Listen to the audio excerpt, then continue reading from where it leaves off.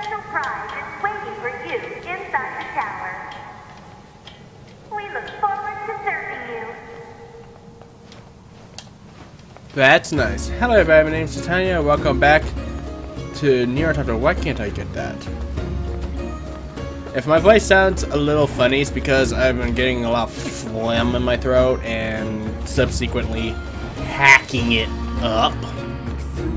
I'm coming down with something. But either way, it's time to get into this tower and... Enemy caution level rising.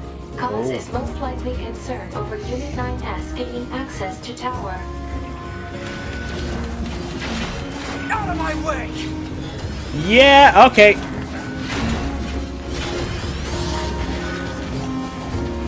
I'd like to... I'd actually... You know, I would actually like to... hack one of these guys instead.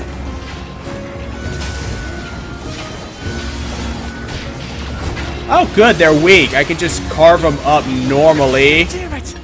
They won't stop coming!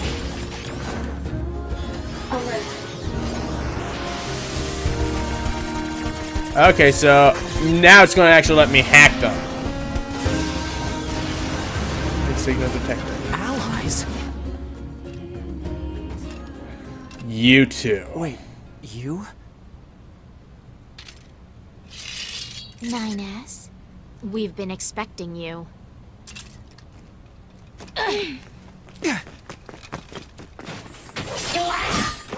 two of us will take things from here.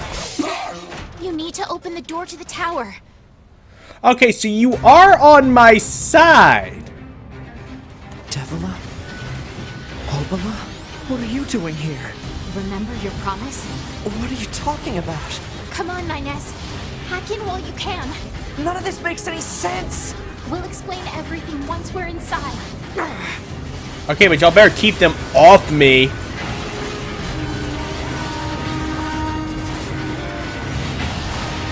Oh, look at him go. Oh, yes. Please tell me you're following me inside. We've got this, 9S. You just focus on hacking. Oh, no, wait. I just have to hold down Y. I'm also watching y'all tear into these guys. Damn, y'all are good. Okay, now for me to actually focus on the hacking part of the hack.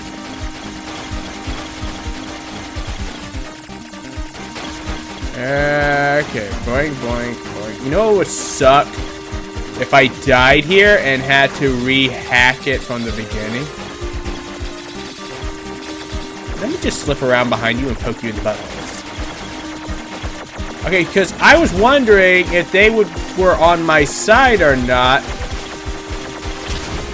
But...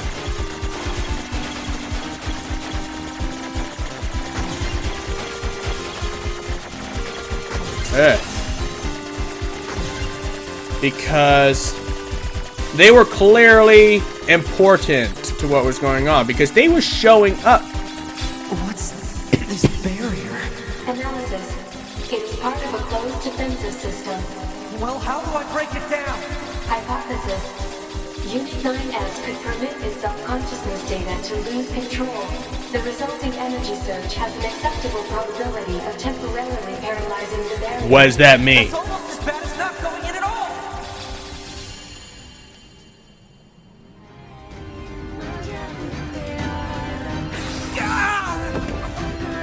What happened? It's the barrier. Popola! No, don't! You can't do anything! The wall's got a self-closing algorithm! Devola and I, we have to atone for our sins no matter what! What sense? But if you do that, your circuits will... Devola! Right.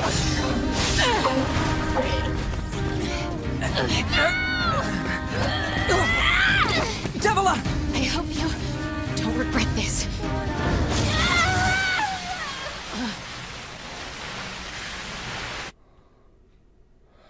Okay, so what's going on? What did these two do? Because they are very much important because they were showing up in the ending sequences of 9S's story in the first half of the game.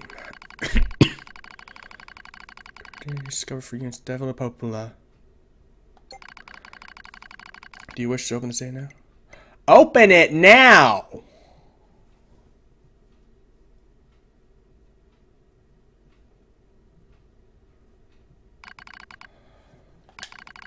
A dusty wind kisses my cheeks.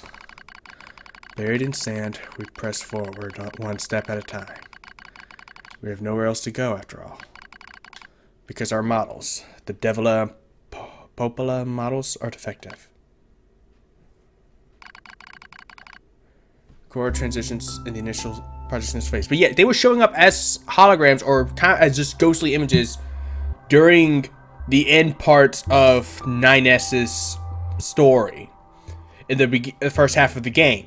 They showed up near the flight unit as he was preparing to go down to Earth to help 2B, and then afterwards they showed up as after, either during or right after, 2B strangled 9S's corrupted body.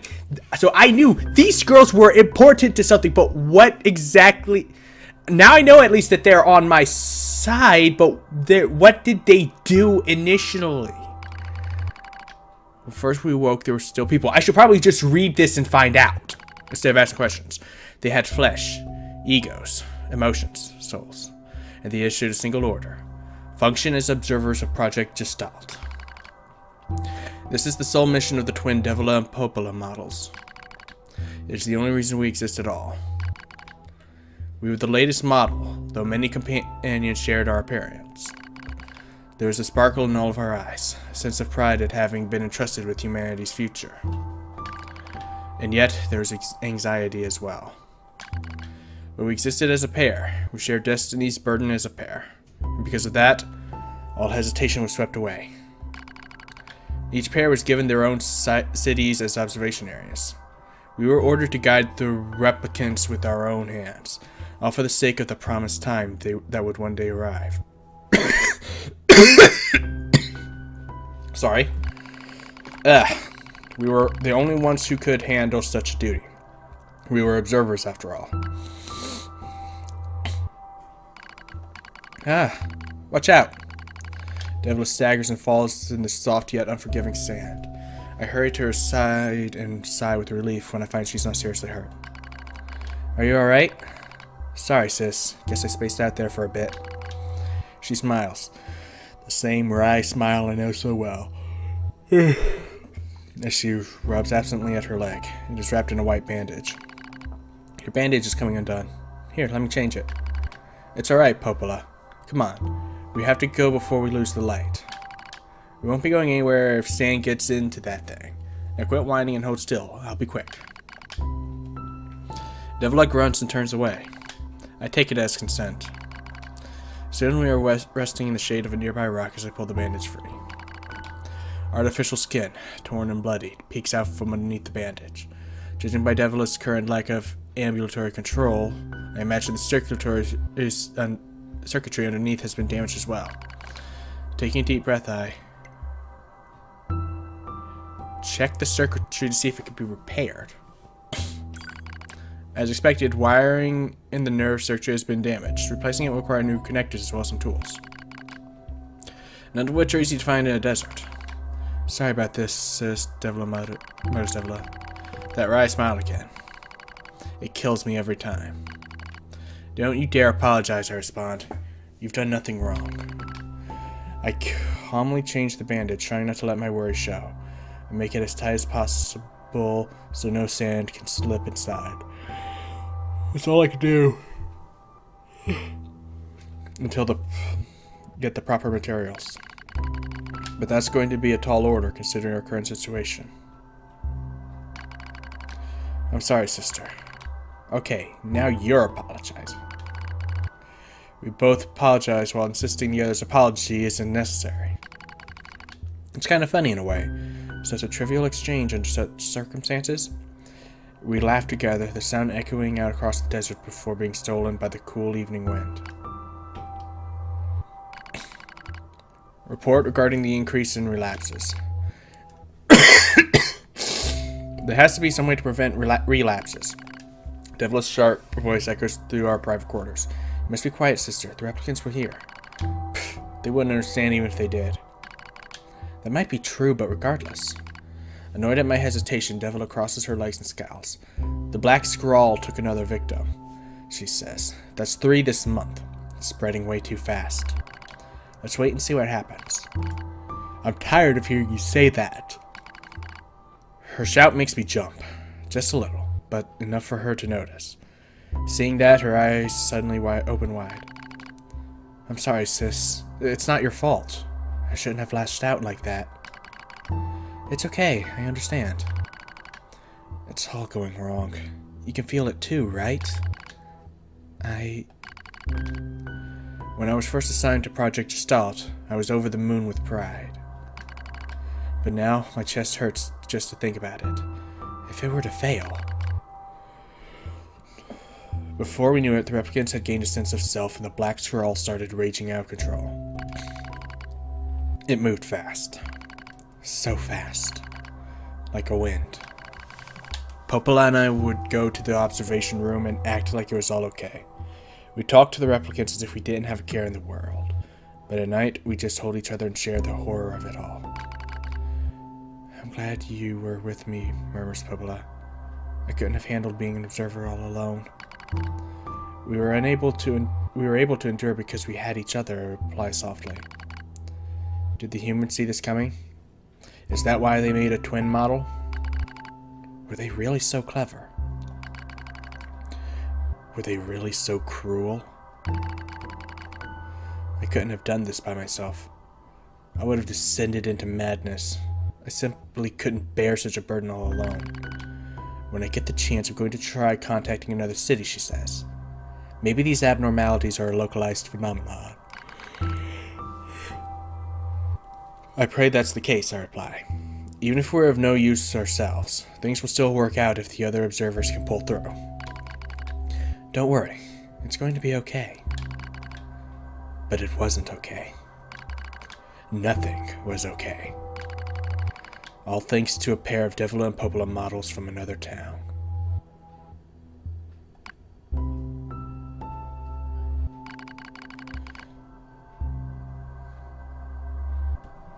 The wind rubs my cheeks. The sand grazes my skin.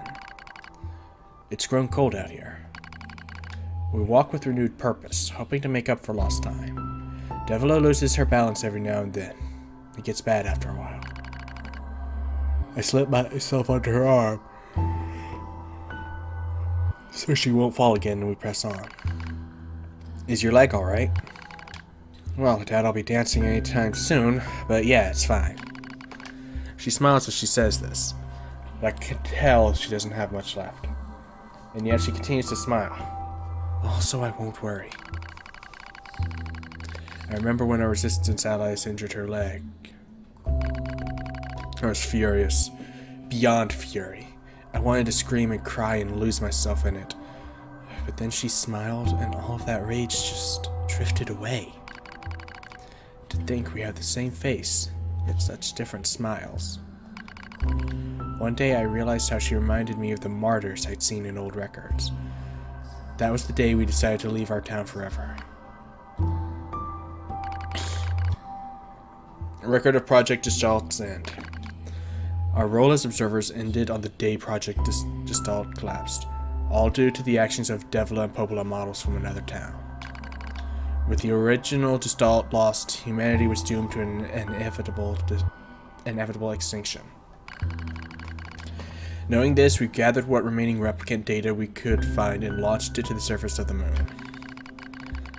And though success was as unlikely as finding a lost sand grain in the desert, we still had to attempt it. We still had to try. We were androids, you see. Protecting humanity was our instinct. Other androids, beholden to that same instinct, began to direct their hate at the Devola and Popola models who'd snuffed out humanity. It started small. A few offhand remarks, the occasional glance. But even the smallest things have weight. and with enough of them combined, that weight eventually becomes a boulder. Emotions boiled over. Remarks became jeers, and soon enough, my sister and I were the perfect target for persecution. At first, we simply accepted the fact that our friends turned on us. It was almost unavoidable, I suppose. We were observers for Project Gestalt, after all. And while we didn't cause it to fail, the people who did, well, they looked just like us. So we accepted it. We took the resentment and scorn. We endured. Because as crazy as it sounds, I think we actually felt responsible. We moved from town to town in an effort to avoid persecution. But in one such town, my seemingly infinite patience finally broke. My sister, Devola, met with unprovoked violence at the hands of a resistance member. She said something in response to his taunts, something quiet. And though her words were ambiguous, he slashed her leg nearly in two. My vision narrowed, everything went red, and then she smiled at me. "It's okay, sis. There's nothing we can do." But it was too late. My emotions were no longer in my control. I'm simply not strong enough to stand aside and let the most important person in the world come to harm. Devola and I left town that same day. Violence like that wouldn't stop. It was going to happen again. And it wouldn't be coming from just one person. So rather than let them kill us, we ran. I guess it was the greatest resistance I could muster. We lose the sun as dark clouds gather overhead. We continue our march. A cold wind blasts us, stealing what little body heat we have left. I smell rain in the air. We continue our march. Sometimes we hear animals growling in the distance. It makes us flinch every time. But we continue our march, because even this is better than suffering at the hands of our fellow androids. Why must we suffer this persecution? I know we're the same model as the androids who doomed humanity, so I understand that part. At least a little, anyway. But at the same time, we're not them. We're not the same. We are who we are, and that Devola and Popola were who they were. That's how I felt when I saw Devola being hurt. I wanted to shout it at everyone. I wanted to scream. As far as I'm concerned, there's only one Devola. And for her, there's only one me. No one can take the other's place. Rain falls from the sky. It stimulates our sensation nerves like cold needles. We need maintenance badly, but that's a pipe dream, I suppose. No android would dare help a pair of outcasts like us. Are you cold, Devola? I'm alright, as long as you're with me, sis. I feel the same. We press our bodies together to try and retain heat. It's cold now, much worse than the searing heat of midday, but we just smile at each other and keep pressing on. There's another camp on the other side of the desert, a new camp. If we can just get there, I can finally fix Devola's leg. And yet, I wonder if there's anywhere on this planet that will take us. Hey, what's wrong? It's nothing. Don't worry about it. I do what I can to suppress the anxiety in my chest to keep walking. The rain grows worse. It lashes at us without pause. Is this our punishment? I reach out and...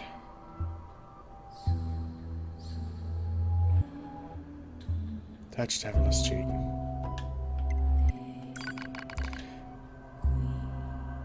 The rain flows down her cheeks like tears. I reach over and gently wipe it away.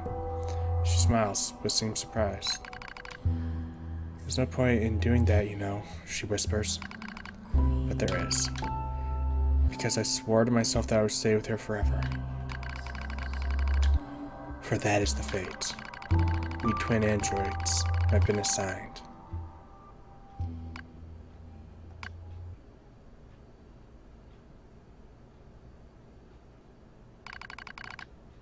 The failure to manage the area resulted in the collapse of the Gestalt system, which led to the decimation of the human race.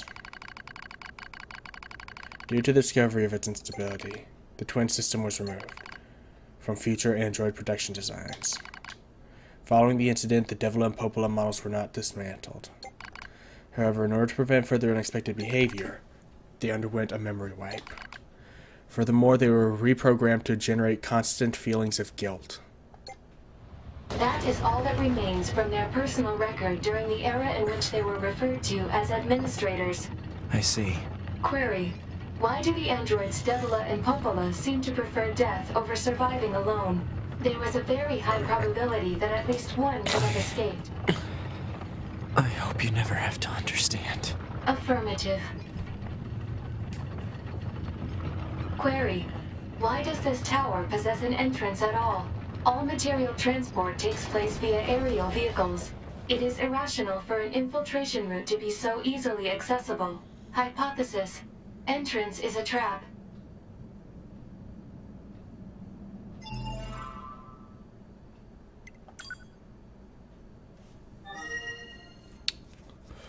So the question is, which pair of Devola and Popola models were they?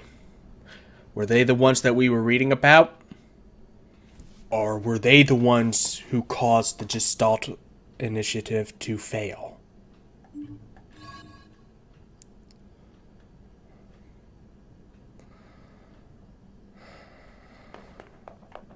I don't care.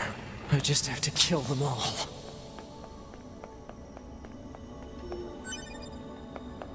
I'll go a little bit further.